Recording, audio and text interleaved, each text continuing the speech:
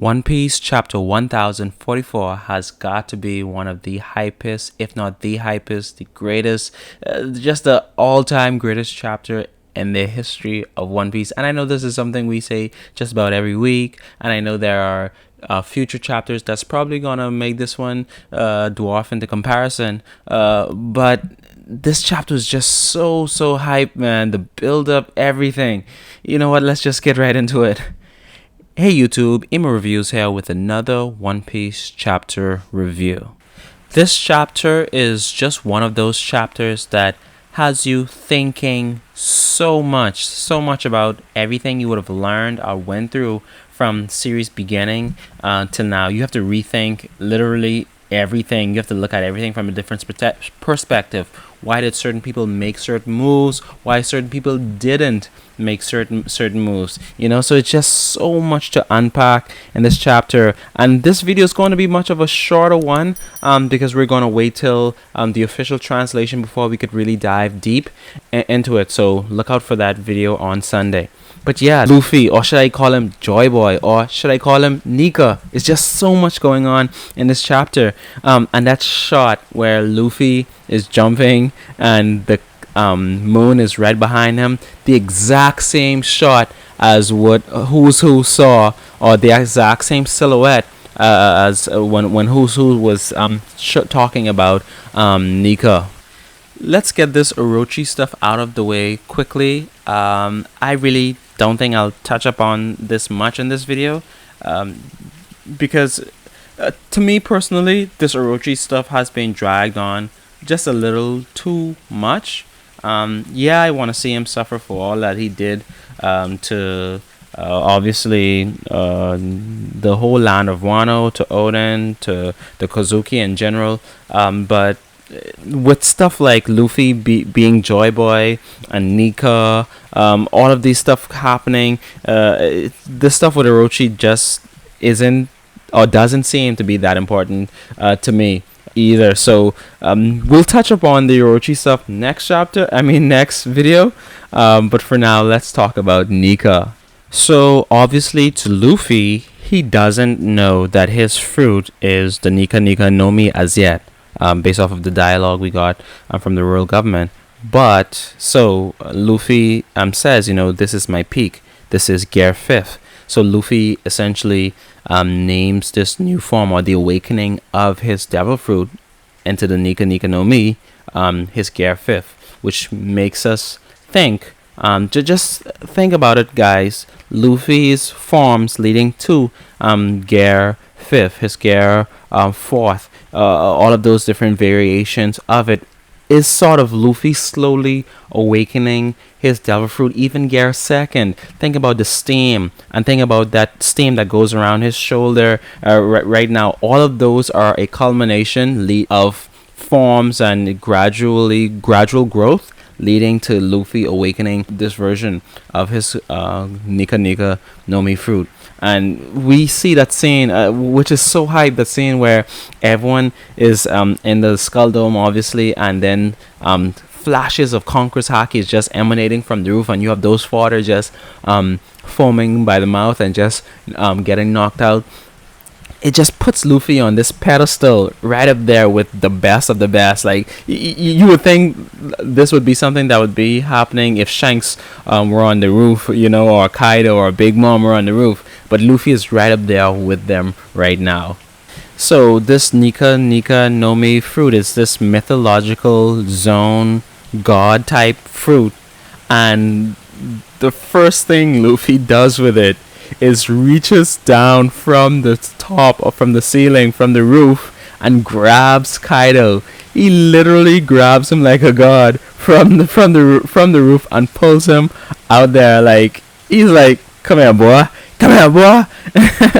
But yeah, so we see, like, Luffy, this fruit is obviously the embodiment of Luffy and just his personality, his freedom, him wanting to do what it is that he wants to do, which is why Oda, I guess, depicted it with a sort of playful and cartoony sort of aesthetic and look to it, because if you watch cartoons like Tom and Jerry or Looney Tunes, it's as if those characters, no matter how small they are or no matter who they are, it's like they could practically do anything. You see characters running off of cliffs and sort of pausing in the air a bit and running back, back to land. Just landing, just doing so much different things because they're cartoony, and there was no better way to depict Luffy's freedom than with a cartoon sort of look to it. And one of the things I noticed too was the fact that Luffy, this form sorts, it seems that this form, and we will see more of it in the chapters to come, but it seems that this form of his can practically do everything he had different gears to do. Like gear third, to increase the size of his arm, he had to blow into his arms. It seems that he just sort of expands his arm effortlessly. So it's like he just increases his muscle mass or the size of his arms, which is why we saw he was able to grab Kaido. But he just does it so effortlessly. And there's that scene where Kaido acknowledges that, okay, Luffy, you're back. I'm sorry.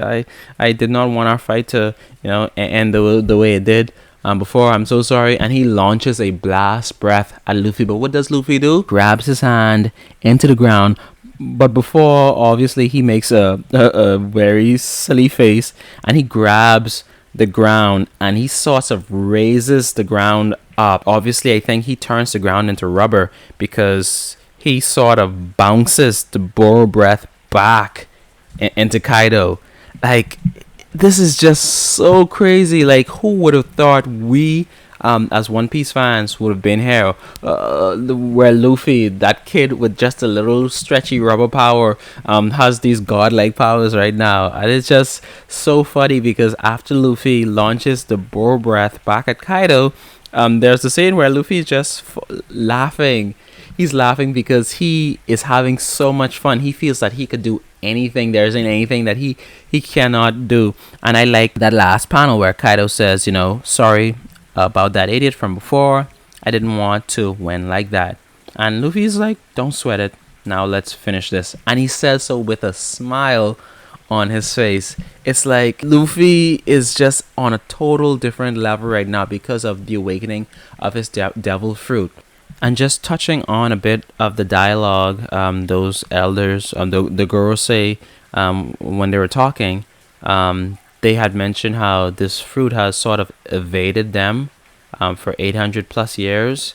And it's like every era they try to get their hands on this fruit in particular, but it's like the fruit has a mind of its own. And they mentioned that zone fruits in general have a mind of their own. So it's like the fruit itself did not want to be in the hands of the world government. Even when Who's Who was trafficking it, who knows if the fruit was what attracted Shanks, or the fruit wanted to be in an area where there would more likely be a pirate raid to take the fruit away from the world government. It's just so much things you could think about and theorize and speculate pertaining to this chapter in particular.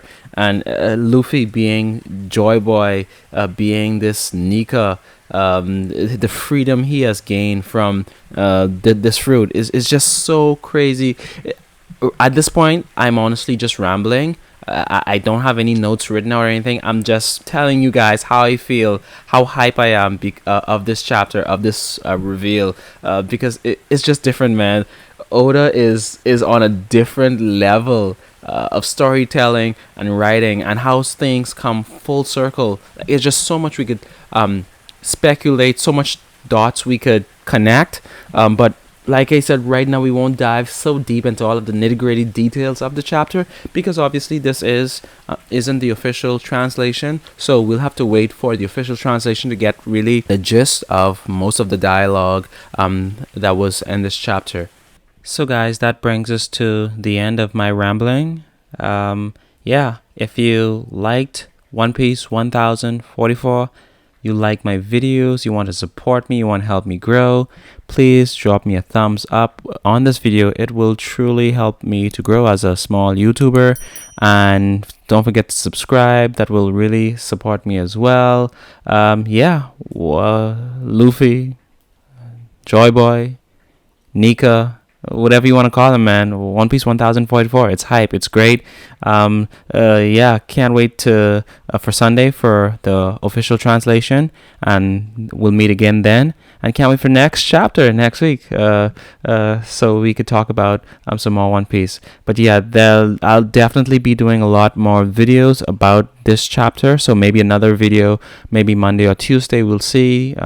Because it takes a lot of time to draw these drawings that I do for these videos. But we'll see what I can do. But guys, like I said, show me some love. And as always, guys, I hope you guys have a wonderful day. Imu-sama, out.